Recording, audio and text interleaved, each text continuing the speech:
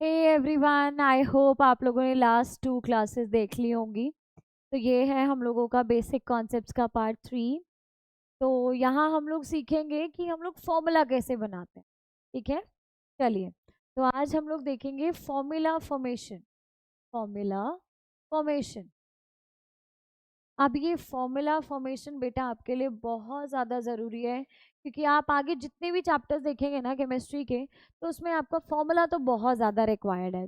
तो बेटर होगा कि आप लोग ये फॉर्मूला फॉर्मेशन की प्रैक्टिस आज करने के बाद अच्छे से कर लें। Okay okay. तो अभी चलते हैं फॉर्मूला फॉर्मेशन के साथ। तो यहाँ हम लोग सबसे पहले देखेंगे बेटा कि आपके पास कभी भी आप कोई भी फॉर्मूला बनाते हैं, तो आप हमेशा सबसे पहले क्या बनाते हैं, यहाँ पर आपके पास आता है केटायन, और उसके बाद आप लोग किसका नाम डालते हैं बेटा, एनायन। तो हमेशा पहली एंटिटी आपके पास कैसी होगी, पॉजिटिव, एंड सेकंड एंटिटी आपके पास हमेशा कैसी होगी, नेगेटिव होगी। ओके। तो कभी भी आप किसी का भी नाम लिखेंगे, आप किसी का भी फॉर्मूला बनाएंगे, तो सबसे पहले आप हमेशा केटायनिक फॉर्म को लेना और उसके बाद आप लोग एनायनिक फॉर्म को लेना। ओके, आई होप ये चीज़ क्लियर होगी आपको। तो चलते हैं एक फॉर्मूला बनाना सीखते हैं। ओके। तो आपके पास सबसे पहले लेते हैं हम लोग हाइड्रोक्लोरिक एसिड। Hydrochloric acid. अब ये हाइड्रोक्लोरिक एसिड तो आप लोग जानते नहीं है। चलो एक बात सुनिए, आप लोग ये जानते हैं हाइड्रोजन क्लोराइड। देखते हैं कि हम लोग इसका फॉर्मूला बना पाते हैं या नहीं बना पाते। आप लोगों ने लास्ट क्लास में देखा होगा कि ये मेरा हाइड्रोजन कैसे फॉर्म में एग्जिस्ट करता है। अगर मैंने देखूं कि मेरा सबसे पहला हमेशा केटायनिक फॉर्म होता है, तो मुझे हाइड्रोजन का कौन सा फॉर्म लेना है, केटायनिक फॉर्म लेना है। तो हाइड्रोजन आपके पास कैसे एग्जिस्ट करता है, H प्लस में ना, कल ही याद किया था आप लोगों ने, लास्ट क्लास वाली आप लोगों ने वीडियो में देखा था कि आपके पास हाइड्रोजन आसानी से एक इलेक्ट्रॉन को क्या कर सकता है, यूज भी कर सकता है और एक्सेप्ट भी कर सकता है। तो अगर मैं इस हाइड्रोजन की बात करूं, तो अभी क्लोराइड को देखो, क्लोराइड को आप लोग कैसे लिखोगे, Cl। First letter has to be capital. आपके पास पहला लेटर कैसा होना चाहिए, कैपिटल होना चाहिए। तो हाइड्रोजन के ऊपर कितना चार्ज होता है, 1 प्लस, राइट। तो यहाँ पर आपके पास आएगा 1। अब अगर मैं बात करूँ, आप लोगों ने देखा था कि मेरे पास जो पूरा पीरियोडिक टेबल होता है ना, तो पीरियोडिक टेबल में आपके पास एक ग्रुप होता है, ग्रुप नंबर 17। तो ग्रुप नंबर 17 की अगर बात करूँ, तो हम लोग बोलते हैं हैलोजेंस। तो उसमें आपके कौन कौन से एलिमेंट्स आते थे, फ्लोरीन, क्लोरीन, ब्रोमीन, आयोडीन। तो बट आपको पता है ना कि अगर आपको उसको नेगेटिव एंटिटी में कन्वर्ट करना होता है, क्योंकि फ्लोरीन, क्लोरीन ये सब तो आपके एलिमेंट्स हैं, बट आपके पास जब आप लोगों ने एक्चुअल कोई फॉर्मूला बनाना है, कोई कंपाउंड बनाना है, तो आप कैसे बनाएंगे। तो आपके पास ये कौन से फॉर्म में प्रेजेंट होगा, क्लोराइड के फॉर्म में प्रेजेंट होगा, यानी कि नेगेटिव एंटिटी होती है ये। तो अब आपके पास यहाँ पर क्या, हाइड्रोजन के ऊपर 1 चार्ज होता है, तो आपके पास यहाँ लगा हो गया 1, और क्लोराइड के ऊपर भी 1 नेगेटिव होता है ना, तो नेगेटिव इज नॉट रिक्वायर्ड। आप बस ये लिखिए कि क्लोराइड के ऊपर चार्ज कितना होता है, दैट इज व्हाट, 1। तो इसके ऊपर जो चार्ज होता है वो आप इसको दे दो, और क्लोराइड के ऊपर जो चार्ज होता है वो आप इसको दे दो। तो इस तरीके से 1 को आपको दिखाने की जरूरत नहीं होती। तो मेरा फॉर्मूला अभी कैसा बन जाएगा, HCl। तो इसी को हम लोग हाइड्रोक्लोरिक एसिड के नाम से भी जानते हैं बेटा। क्या बोलेंगे आपको इसको, आप लोग इसको क्या बोलोगे, हाइड्रोक्लोरिक एसिड। आई होप आपको ये समझ आ गया होगा। तो चलते हैं नेक्स्ट फॉर्मूले पर। नेक्स्ट आप लोगों के पास है हाइड्रोजन सल्फेट। Hydrogen sulphate. अब अगर मैं हाइड्रोजन की बात करूं, तो आपको पता है ना हाइड्रोजन आपके पास कैसे एग्जिस्ट करता है, कैसे एग्जिस्ट करता है हाइड्रोजन, ऐसे एग्जिस्ट करता है, राइट। हाइड्रोजन को आप लोग H से दिखाते हैं। अगर मैं सल्फ की बात करूं, तो आपके पास पक्का आपके पास क्या प्रेजेंट होगा, सल्फर प्रेजेंट होगा। अगर मैं 8 की बात करूं, तो देखो इसमें ट वाला साउंड आ रहा है ना, तो आपके पास इसमें क्या मिलेगा, आपको ऑक्सीजन मिलेगा। अब 8 वाले में आपके पास ऑक्सीजन कितने होते हैं, ज्यादा होते हैं। आपको पता है ना, 8 आप लोगों ने याद किया था कि 8 में आपको ज़्यादा ऑक्सीजन मिलते हैं और 8 में आपके पास कम ऑक्सीजन मिलते हैं, राइट। तो यहाँ आपके पास कितने ऑक्सीजन होते हैं, इसमें SO4 हो गया ये, तो यानी कि कितने ऑक्सीजन हो गए, 4 ऑक्सीजन। अब अगर मैं हाइड्रोजन की बात करूं, अब चार्जेस की बात करते हैं, तो हाइड्रोजन के ऊपर कितना चार्ज होता है, तो 1 चार्ज होता है। तो क्या मैं यहाँ पर 1 लगा सकती हूँ, ओके ओके। तो यहाँ सल्फेट के ऊपर कितना होता है, आप लोगों ने याद किया होगा, ये जो मेरे पास सल्फर के आपके पास स्पीशीज है, जो आप लोगों ने नेगेटिव एंटिटीज याद करी थी, उसमें उसके ऊपर नेगेटिव चार्ज था। दैट मीन्स अब कितना नेगेटिव था, 2 नेगेटिव था। तो अपने जितनी भी सल्फर की स्पीशीज याद करी थी ना, नेगेटिव स्पीशीज याद करी थी, एंटिटीज को याद किया था, एनायनिक फॉर्म्स को याद किया था, तब में सल्फर के ऊपर कितना चार्ज था, पूरी एंटिटी के ऊपर कितना चार्ज था, 2 नेगेटिव। यहाँ पर क्या मैं 2 लगा सकती हूँ, तो मेरा फॉर्मूला क्या बन गया बेटा, H2SO4। तो ये जो मेरे पास बना, ये भी आपके पास एक एसिड होता है बेटा। तो हम लोग कौन से एसिड के नाम से जानते हैं, दिस इज सल्फ्यूरिक एसिड। ये क्लियर है ये चीज, ओके। तो चलते हैं एक और चीज देखते हैं। आपके पास next is what, hydrogen nitrate. अब अगर हाइड्रोजन नाइट्रेट की बात करूँ ना, तो हाइड्रोजन को याद करिए कैसा होता है, हाइड्रोजन को आप लोग किससे रिप्रेजेंट करते हैं, ऐसे H से रिप्रेजेंट करते हैं। और अगर नाइट की बात करूँ तो पक्का आपके पास क्या होगा, नाइट्रोजन होगा ना। और अगर मैं 8 की बात करूँ तो पक्का मेरे पास ऑक्सीजन प्रेजेंट होगा। तो कितने ऑक्सीजन आपके पास यहाँ पर प्रेजेंट होते हैं बेटा, 3 ऑक्सीजन आपके पास यहाँ पर क्या होते हैं, प्रेजेंट होते हैं। अब मेरी बात ध्यान से सुनिए, यहाँ हाइड्रोजन के ऊपर मेरे पास कितना चार्ज होता है, 1 चार्ज होता है। आप इसको कितना चार्ज देंगे, 1 चार्ज देंगे। और NO3 के ऊपर कितना चार्ज आपके पास होता है, 1 नेगेटिव चार्ज होता है। तो आप लोग यहाँ पर भी क्या लगाएंगे, 1 लगाएंगे। ये नाइट्रेट वाले में याद करो, ये जो नाइट्रोजन वाले थे ना, उसमें एक नाइट्राइड था, उसमें तो N3 माइनस था, क्योंकि नाइट्रोजन कौन से नंबर पे आता है, 7 पे आता है। में 2 इलेक्ट्रॉन्स, नेक्स्ट शेल में 5 इलेक्ट्रॉन्स, उसको कितने इलेक्ट्रॉन्स की रिक्वायरमेंट थी, 3 इलेक्ट्रॉन्स की। तो तभी आप लोगों के पास उसका क्या बना था, वो स्पीशी के ऊपर कितना चार्ज था, वहां आपके पास नाइट्रोजन के ऊपर चार्ज था N3 माइनस। अब अगर मैं नाइट्रेट की बात करूं या नाइट्राइट की बात करूं, तो उसमें आपके पास कितना चार्ज होता है, 1 negative charges there, okay okay. तो ये मेरे पास क्या बन गया, हाइड्रोजन नाइट्रेट। अब इसको आप लोग कैसे दिखाते हैं, HNO3 से। तो ये आपके पास हो गया क्या बेटा, हाइड्रोजन नाइट्रेट। अब क्या इसका भी कुछ ऐसा ही नाम होता है, यस इसका भी नाम होता है। तो this is what, nitric acid. बेटा ये बहुत इंपॉर्टेंट है, आपको ये चीजें आनी चाहिए।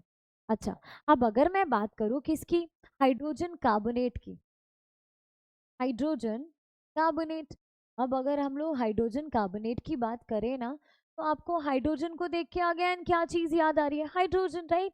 और इसको किससे रिप्रेजेंट करते हैं, H से रिप्रेजेंट करते हैं। अगर मैं कार्बोनेट की बात करूँ ना बेटा, तो आपको कार्बो को देखकर क्या याद आ रहा है, कार्बन याद आ रहा है। और 8 को देख के आपको क्या याद आ रहा है, पक्का मेरे पास यहाँ क्या प्रेजेंट होगा बेटा, ऑक्सीजन प्रेजेंट होगा। तो आपके पास यहाँ क्या प्रेजेंट होता है, ऑक्सीजन, क्योंकि इसमें भी आपका कैसा साउंड आ रहा है, ट का साउंड आ रहा है। तो इतना चीज तो आप लोग अभी आराम से बना लेंगे। अब कितने ऑक्सीजन आपके पास यहाँ प्रेजेंट होते हैं, 3 ऑक्सीजन आपके यहाँ पर प्रेजेंट होते हैं, राइट, ओके। अब हाइड्रोजन के ऊपर चार्ज कितना होता है, 1 चार्ज होता है, तो यहाँ 1 लगा दीजिए, ओके।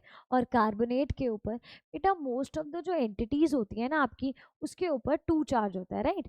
यहाँ पर आपके पास कार्बोनेट के ऊपर भी कितना चार्ज होता है, 2 चार्ज होता है।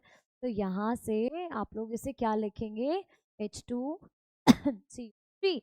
यहाँ आपको 1 को दिखाने की कोई जरूरत नहीं है। इसको हम लोग कौन सा एसिड बोलते हैं, कार्बोनिक एसिड। तो ये आपके पास कौन सा एसिड हो गया, कार्बोनिक एसिड हो गया। अच्छा, आप लोग एक चीज नोटिस कर रहे हो क्या, कि ये भी एक एसिड है, ये भी एक एसिड है, और ये भी एक एसिड है। क्या एसिड होने के लिए हमारे पास कोई क्राइटेरिया रिक्वायर्ड है, तो देखते हैं अभी। अभी इसको देखिए, अगर मैं आपको बोलूं हाइड्रोजन फॉस्फेट बनाइए, हाइड्रोजन फॉस्फेट। तो अगर मैं हाइड्रोजन फॉस्फेट की बात करूँ ना, तो हाइड्रोजन को हम किससे रिप्रेजेंट करते हैं, अगेन इसको हम लोग किससे रिप्रेजेंट करते हैं, H से रिप्रेजेंट करते हो।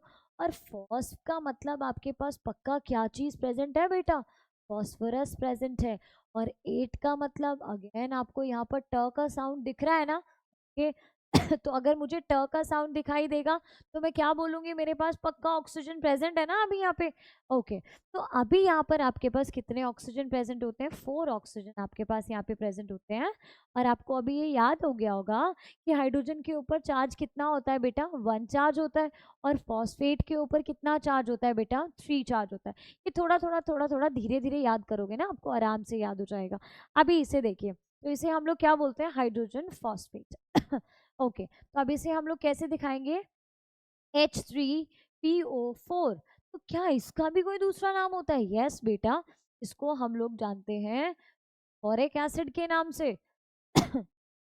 इसको आप लोग क्या बोलोगे, फॉस्फोरिक एसिड। अगेन इसमें भी आप लोग क्या यूज कर रहे हो, एसिड यूज कर रहे हो ना, दैट मीन्स कुछ तो पक्का आपके पास कोई क्राइटेरिया है एसिड कहलाने के लिए। तो चलो अभी फिलहाल पहले एसिड और बेस को ही जान लेते हैं। अगर मैं एक एसिड की बात करूँ ना, तो सबसे पहले आप लोगों ने देखा था हाइड्रोक्लोरिक एसिड यानी कि HCl, राइट। तो HC एंड देन आपके पास क्या है, ये L है। तो दिस इज हाइड्रोक्लोरिक एसिड, जिसको आप लोग हाइड्रोजन क्लोराइड के नाम से भी जानते हैं। हाइड्रोजन और ये Cl है, तो आप लोग इसे क्या बोलोगे, क्लोराइड बोलोगे। तो ये मेरे पास क्या हो गया बेटा, हाइड्रोजन क्लोराइड। अब अगर मैं इसकी बात करूँ ना, तो आपको पता है ना पहले वाली एंटिटी कैसी होती है नेचर में, पॉजिटिव होती है। तो ये टूटने के बाद आपको क्या चार्ज देगी, एक पॉजिटिव चार्ज आएगा। और Cl आपके पास तो बाद वाली एंटिटी है ना, तो उसके ऊपर कौन सा चार्ज आएगा, नेगेटिव चार्ज आएगा। तो आप लोग देखो जरा, इस एसिड ने आपको क्या दिया, H+ दिया। नहीं कि क्या मैम कोई क्राइटेरिया ऐसा तो नहीं कि जो भी चीज आपके पास H+ देगी वो एसिड हो जाएगा। यस, ये बहुत सारे क्राइटेरियाज में से एक क्राइटेरिया है कि आप लोग आसानी से पहचान सके, अगर कोई चीज आपको टूटने के बाद H+ आपको दे रही है तो आप उसे एसिड की कैटेगरी में रख सकते हैं। ओके, चलो देखते हैं।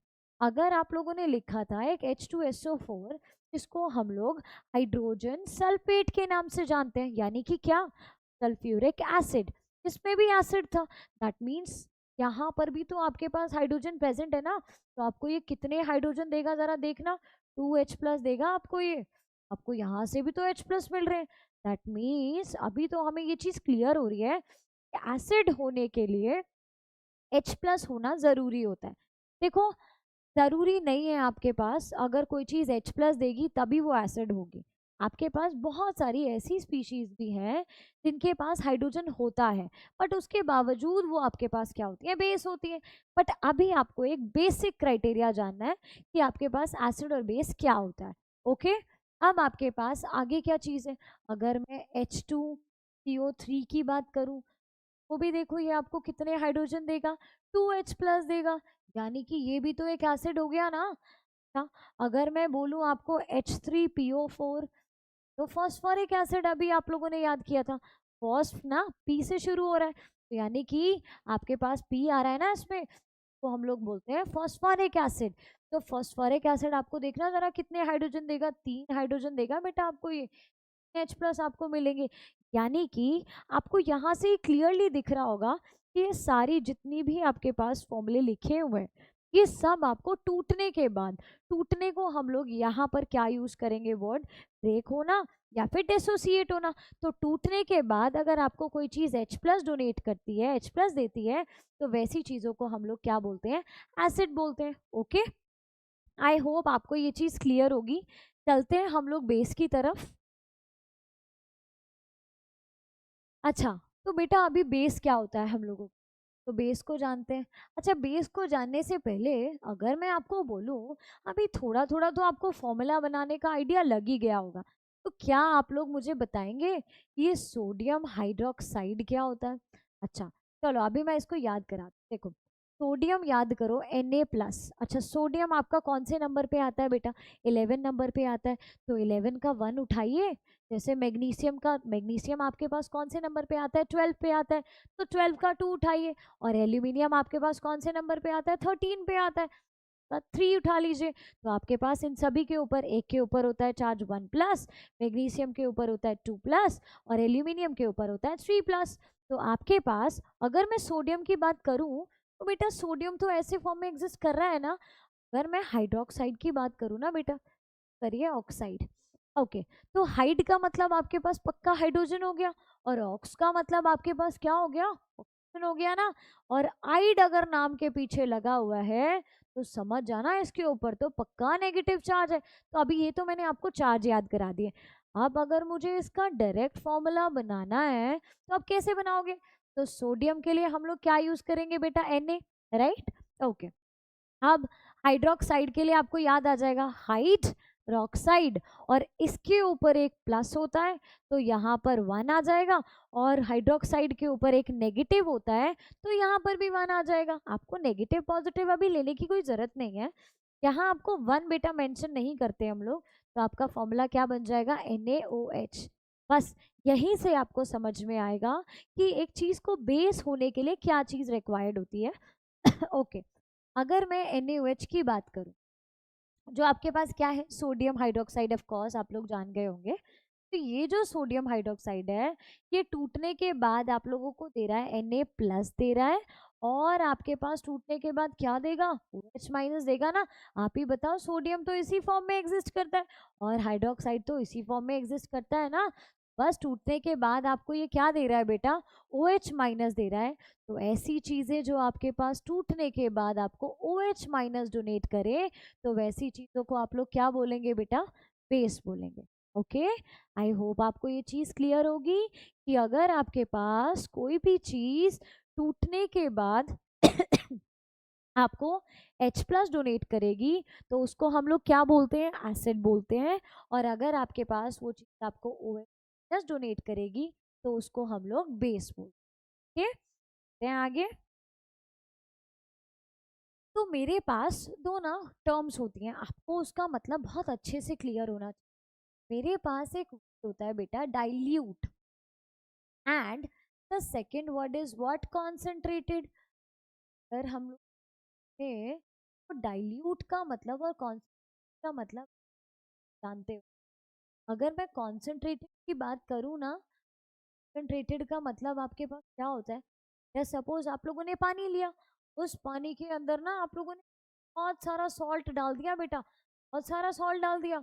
भी कि सॉल्ट की कॉन्सेंट्रेशन ज़्यादा है, सॉल्ट की मात्रा ज़्यादा है और पानी की मात्रा कम है, तो ऐसी चीज़ जिसमें पानी कम हो और बाकी जो दूसरी चीज है अगर वो ज्यादा होगी तो आपके पास उसे आप क्या बोलेंगे, कॉन्सेंट्रेटेड सॉल्यूशन बोलेंगे। आई होप आपको ये क्लियर होगा कि यहाँ पर आपके पास वाटर की जो कॉन्सेंट्रेशन होती है वो क्या होती है बेटा, कम होती है। ओके ओके, अब अगर मैं डाइल्यूट की बात करूँ ना, तो डाइल्यूट आप लोगों के पास क्या होता है, डाइल्यूट वो चीज होती है जिसके अंदर आपके पास वाटर की कॉन्सेंट्रेशन क्या होती है बेटा, ज्यादा होती है, और दूसरी कोई भी चीज इसके अंदर अगर डली हुई होगी ना तो उसकी कॉन्सेंट्रेशन आपके पास क्या होगी बेटा, कम होगी।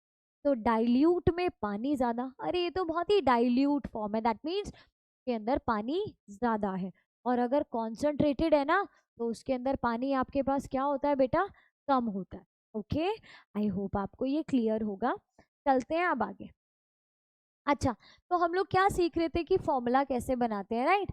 ओके, तो मैं एक फॉर्मूला आपको बनाने के लिए देती हूँ, आप जरा इसको ट्राई करिए कि क्या हमें पता है कैल्शियम ऑक्साइड का फॉर्मूला कैसे लिखा जाएगा। चलिए ट्राई करिए, एक बार ट्राई करिए आप लोग। ओके, अगर मैं कैल्शियम की बात करूं तो कैल्शियम को आप लोग कैसे दिखाते हैं, Ca से, राइट। ओके, अगर मैं ऑक्साइड की बात करूँ ना तो ऑक्साइड को आप लोग किससे दिखाते हैं, O से। अच्छा, अभी याद करिए, जो चीज हम लोगों के लिए ज्यादा जरूरी होती है तो उसके ऊपर हम लोग कितना चार्ज रखते हैं बेटा, 2 चार्ज रखते हैं, राइट। क्योंकि हमें पता है कैल्शियम हम लोगों के लिए तो ज्यादा जरूरी है, तो आप लोग इसके ऊपर चार्ज कितना होगा, 2 ना। तो इसका चार्ज आप किसको दे दीजिए, इसको दे दीजिए। और ऑक्सीजन के ऊपर भी कितना चार्ज होता है बेटा, 2 चार्ज होता है, क्योंकि ऑक्सीजन भी तो आपके लिए ज्यादा इंपॉर्टेंट है। तो यहाँ पर भी क्या आ जाएगा, 2 आ जाएगा ना। अभी ये कुछ अच्छा सा नहीं लग रहा, इसको हम लोग थोड़ा सिंप्लीफाई करते हैं, right. 2 1s are 2 and here also 2 1s are 2, right. तो आपके पास क्या आया, CaO। इसको हम लोग क्या बोलते हैं, कैल्शियम ऑक्साइड। ओके, क्लियर है बेटा।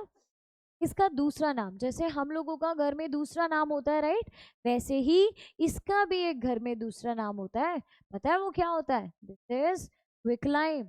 तो इसको हम लोग बेटा क्विकलाइम के नाम से जानते हैं। अच्छा, आप एक काम करिए, आप लोग ट्राई करिए, देखते हैं आप लोग बना पाएंगे या नहीं बना पाएंगे। आप लोग एक बार ट्राई करिए, कैल्शियम हाइड्रोक्साइड, कैल्शियम हाइड्रोक्साइड। चलिए ट्राई करिए आप लोग कि हम लोग कैसे बनाएंगे कैल्शियम हाइड्रोक्साइड को। अच्छा, आप मुझे ये बताइए, this calcium is what again? Ca, calcium, calcium Ca right. Hide का मतलब आपके पास क्या होता है? हाइड्रोजन। ऑक्स का मतलब ऑक्सीजन। और हाइड्रोक्साइड पे चार्ज कैसा होगा? क्योंकि नाम के पीछे आइड लगा है तो पक्का आपके पास नेगेटिव चार्ज होगा बेटा। तो इसके ऊपर चार्ज कितना होता है? 1 नेगेटिव ओनली। ओके, तो कैल्शियम क्योंकि हम लोगों के लिए बहुत ज़रूरी है ना, तो यहाँ पर आप लोग कितना डाल दीजिए? 2, क्योंकि इसका चार्ज जाता है यहाँ पर और इसका चार्ज आता है यहाँ पर। तो हाइड्रोक्साइड के ऊपर कितना चार्ज होता है? 1 नेगेटिव ना, यहाँ लिखिए 1। बेटा कभी भी आप लोग कैल्शियम का यहाँ पर आप लोग इसका चार्ज डालते हैं और अगर यहाँ पर ऐसी एंटिटी प्रेजेंट है जिसके अंदर दो अलग अलग एटम्स हो, दो अलग अलग एलिमेंट्स हो, तो आप लोग क्या करेंगे? हमेशा आप लोग यहाँ पर पहले ब्रैकेट बनाएंगे, उसके बाद आप उसका चार्ज लिखेंगे, यानी कि इसका चार्ज तब आप यहाँ पर लिखेंगे।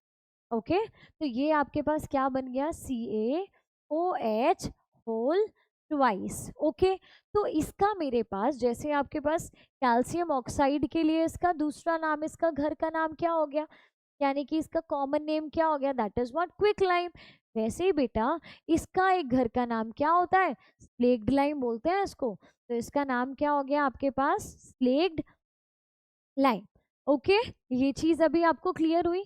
हम लोग जानेंगे जब आपका फर्स्ट चैप्टर केमिस्ट्री का शुरू होगा तो उसके अंदर हमारे पास क्विक लाइम और स्लेक लाइम से रिलेटेड एक रिएक्शन है, तो वहां हम लोग जानेंगे कि इन दोनों के बीच में कोई डिफरेंस है क्या। चलो आगे बढ़े।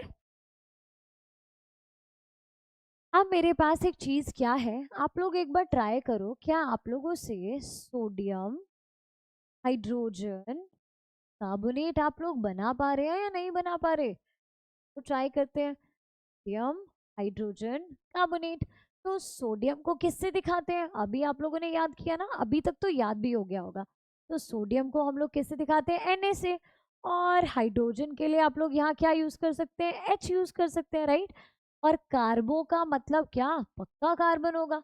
और एट का मतलब ट का साउंड इज देयर ना, ऑब्वियसली जब भी ट का साउंड होता है तो आप लोग क्या लगाएंगे? ऑक्सीजन लगाएंगे। और कितने ऑक्सीजन आपके पास आएंगे बेटा यहाँ पे? 3 ऑक्सीजन आएंगे बेटा यहाँ पे। तो अब आपके पास यहाँ सोडियम के ऊपर बेटा एक पॉजिटिव चार्ज होता है, तो यहाँ आप लोग क्या करेंगे? 1 के पास यहाँ कितना आ जाएगा? 1। और ये जो हाइड्रोजन कार्बोनेट है इसका दूसरा नाम भी होता है बेटा बाइकार्बोनेट, याद कराया था ना आपको। ठीक है, तो इस बाइकार्बोनेट के ऊपर यानी कि हाइड्रोजन कार्बोनेट के ऊपर भी कितना चार्ज होता है बेटा? 1 चार्ज होता है। तो आपके पास अभी इसको हम लोग कैसे दिखा सकते हैं? NaHCO3। तो आपके पास ये क्या बन गया बेटा?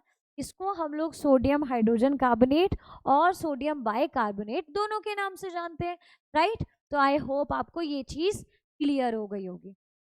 ओके, तो चलते हैं आगे। अच्छा, मेरे पास ना 2 टर्म्स हैं, एक बार देखिएगा कि आपको वो पता है उन दोनों में डिफरेंस या नहीं पता है। चलो ट्राई करते हैं। तो मेरे पास एक टर्म होता है बेटा मेटल, और दूसरा टर्म मेरे पास पता है क्या है? Non metal. तो अब अगर इन दोनों के बीच में अगर आपसे किसी ने डिफरेंस पूछा या फिर रैंडमली कोई भी एलिमेंट उठाकर आपको दे दिया, तो क्या आप बता पाएंगे कौन सा मेटल है और कौन सा नॉन मेटल है? चलिए जानते हैं। अगर मैं मेटल की बात करूं तो जनरली मेटल्स क्या होते हैं? देखो, जो चीज इलेक्ट्रॉन को डोनेट कर दे, आप लोग समझ पा रहे होंगे क्योंकि इलेक्ट्रॉन की स्पेलिंग किससे शुरू होती है बेटा? ई से ना, तो ई लिख दिया। और क्योंकि इलेक्ट्रॉन के ऊपर कैसा चार्ज होता है? नेगेटिव ना, तभी तो आप लोगों ने यहाँ पर इसके ऊपर क्या लगा दिया? नेगेटिव। तो ये इलेक्ट्रॉन की क्या थी? रिप्रेजेंटेशन थी, यानी कि इलेक्ट्रॉन को हम ऐसे भी दिखाते हैं। तो जो चीज आपके पास इलेक्ट्रॉन को डोनेट करती है उसको हम लोग किस कैटेगरी में रखते हैं बेटा? मेटल बोलते हैं। और जो इलेक्ट्रॉन को क्या करती है बेटा? एक्सेप्ट करती है, उसको हम लोग किस नाम से जानते हैं बेटा? उनको हम लोग क्या बोलते हैं? नॉन मेटल्स बोलते हैं।